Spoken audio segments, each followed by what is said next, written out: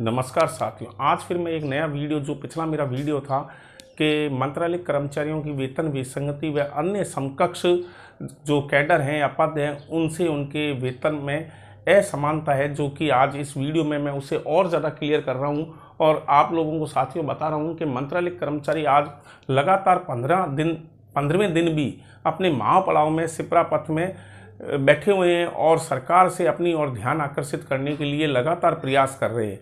उनका जो महापड़ाव है आज कर्मचारियों का वो पिछले 30 वर्षों से चल रहा है और लगातार वो भी यही प्रयास कर रहे हैं कि मंत्रालय वर्ग के जो बाबू हैं या कर्मचारी हैं उनकी जो वेतन में विसंगति है उसे दूर किया जाए। तो आज उसी से संबंधित मेरा ये वीडियो दोबारा है और इसमें मैं समझाना चाह रहा हूँ कि मंत्रालय कर्मचारी आखिर इतने हड़ताल में क्यों बैठे हुए हैं और 1 लाख कर्मचारी आज क्यों मांग कर रहे हैं कि हमारे वेतन को बढ़ाया जाए। तो उसके लिए देखिए, मैंने पिछली वीडियो में बताया था कि जो L3 लेवल है और L4 और जो मंत्रालय कर्मचारी का होता है वो है L5।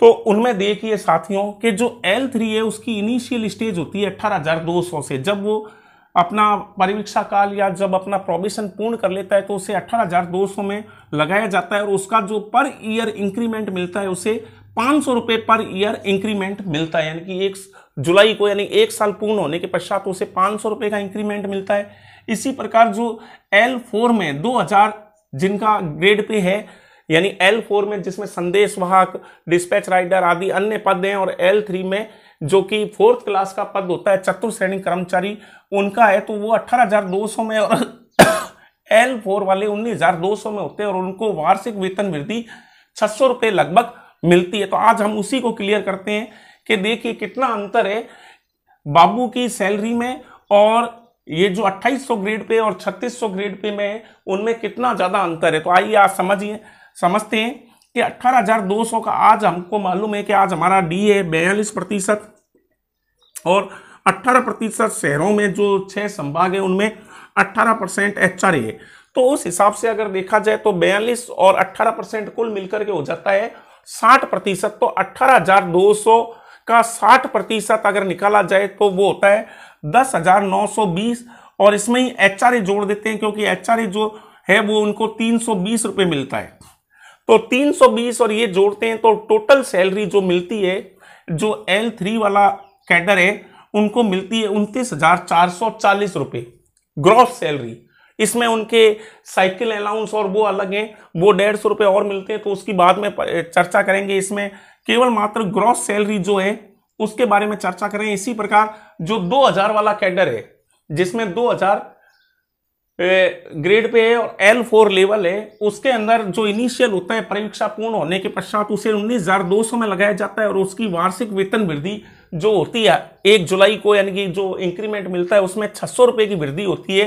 तो 19,200 इंटू 60 वही 42% आज हम DA मांगते हैं और 18% जो HRA है सिटी के अंदर उसकी अगर गणना करते हैं तो 11,520 रुपये बढ़ते हैं plus 320 CC allowance.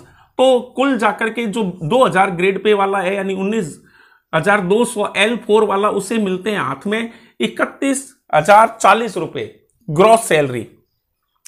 Gross salary उसे मिलती है 31,040 रुपये।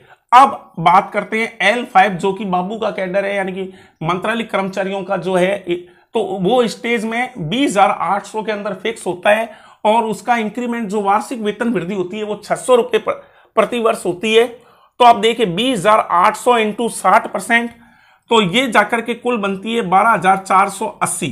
तो उसकी ग्रॉस सैलरी बनती है 33,900 रुपये ग्रॉस सैलरी। अब आप खुद अंतर देखिए 33,900, 31,040 और 29,440। जबकि बाबू का जो है कैडर वो बहुत ही जिम्मेदारी वाला पद है, उसमें बहुत ज्यादा रिस्पॉन्सिबिलिटी होती है, पूरे ऑफिस की रिस्पॉन्सिबिलिटी होती है और भी अन्य उसके कई कार्य होते हैं, उसके जो हैं कार्य उनके अलावा भी उसे ऑफिस में अन्य सभी अकाउंटेंट का, संस्थापन का और कैशियर का यानी अतिरिक्त अन्य कई कार्य भी उसे अपने पद के अलावा भी अन्य पद के भी कार्य करने पड़ते हैं।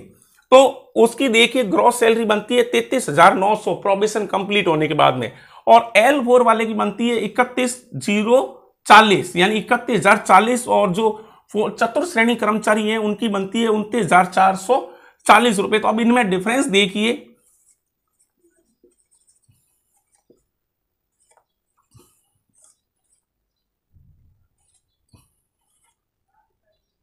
1860 रुपए का। इसी प्रकार 33,900 माइनस 29,440, ये अंतर आ जाता है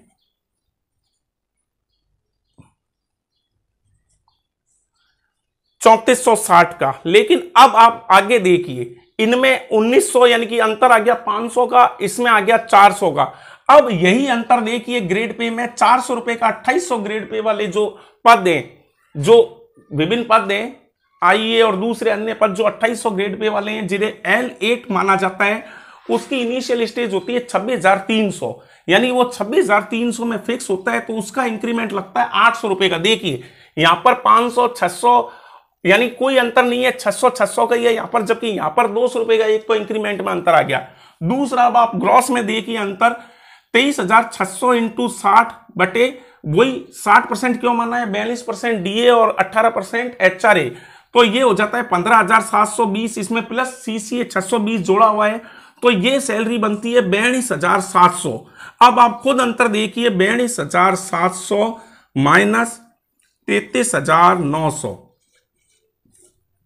0 0 17 में से 9 गए 8, 11 में से 3 गए 8, यानी सीधा डिफरेंस देखिए।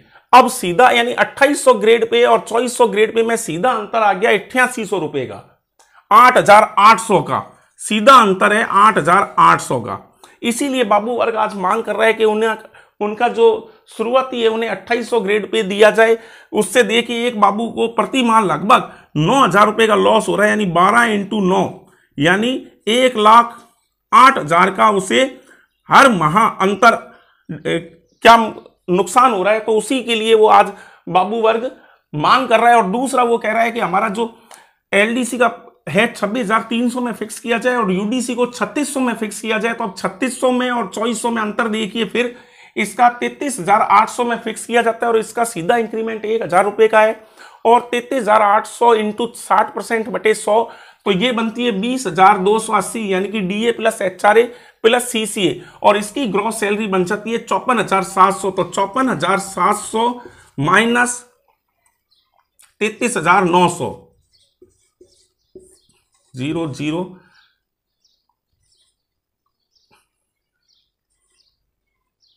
10,800 का।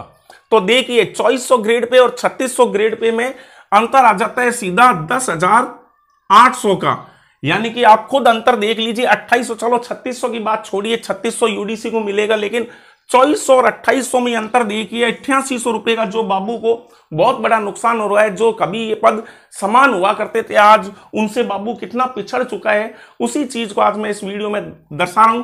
अब दूसरी एक बात देखिए, बाबू का आज है 2400 ग्रेड पे, उसकी प्रथम प्रमोशन या एसीपी मिलती है तो उसे मिलता है 2800, दूसरे में 3600 यानी कि सहायक प्रशासनिक अधिकारी, और ये हो गया अतिरिक्त प्रशासनिक अधिकारी। यानी अगर उसे 3 एसीपी मिलती हैं, जो कि अगर प्रमोशन नहीं मिलता और एसीपी मिलती है यानी कि 9 साल में, तो आश्वस्त कैरियर प्रोग्रेशन, तो इसमें देखिए 2400 1 2 और 3, यानी बाबू जाकर के 4200 ग्रेड पे में ही एक नॉर्मल बाबू है वो रिटायर्ड हो जाता है, उसकी सेवा निवृत्ति हो जाती है। अगर यही बाबू का अगर 2800 कर दिया जाए तो 2800 3600 4200 और 4800, यानी कि वो एक फर्स्ट ग्रेड के बराबर पद में जाकर के रिटायर्ड हो सकता है। क्योंकि आपको मालूम है आज के दिनों में जो बाबू है, पहले के जो थे बाबू लगभग वो 20-20 साल तक उनके प्रमोशन नहीं होते थे और वो केवल मात्र एलडीसी रहते थे, जबकि उन्हें एसीपी मिल जाया करती थी 9, 18 और 27 की, तो वो मैक्सिमम जाकर के 4200 में ही रिटायर्ड हो जाते थे। जबकि अगर आज ये जो सरकार से मांग कर रहे हैं कि 2400 के बजाय 2800 ग्रेड पे कर दिया जाए और यूडीसी का 3600, तो वो अगर 2800 कर दिया जाए तो 3600 4200 और 4800 में वो जाकर के रिटायर्ड हो सकता है, जो कि एक बहुत ही अच्छी सम्मानजनक स्थिति मानी जाएगी कि 4800 ग्रेड पे होता है, वो फर्स्ट ग्रेड का होता है। और फर्स्ट ग्रेड से एक बाबू संवर्ग से रिटायर्ड बाबू वर्ग में होते हुए वो अगर 4800 ग्रेड पे लेकर रिटायर्ड होता है, तो वो उसके लिए एक सामाजिक और एक आर्थिक भी बहुत अच्छा फायदा होता है। तो इसी वीडियो में आज मैं आप लोगों को समझाना चाह रहा हूं कि बाबू के जो ग्रेड पे उसके कारण उसे कितना अधिक नुकसान हो रहा है या उसकी सैलरी कितनी कम हो रही है, जबकि अन्य जो समकक्ष पद हैं वो लगभग उससे 8 से 10,000 रुपए अतिरिक्त वेतन पा रहे हैं, और जबकि उनकी जो कार्य है वो इतना बाबू जैसा या मंत्रालय कर्मचारी जैसा उनका कार्य नहीं है, जबकि बाबू का काम बहुत अधिक होता है और वो बहुत ही महत्वपूर्ण होता है। किसी भी ऑफिस की वो रीढ़ की हड्डी कहलाता है। तो उसकी ये जो वेतन विसंगति है उसे सरकार को ध्यान देना चाहिए और उन्हें दूर करना चाहिए। धन्यवाद।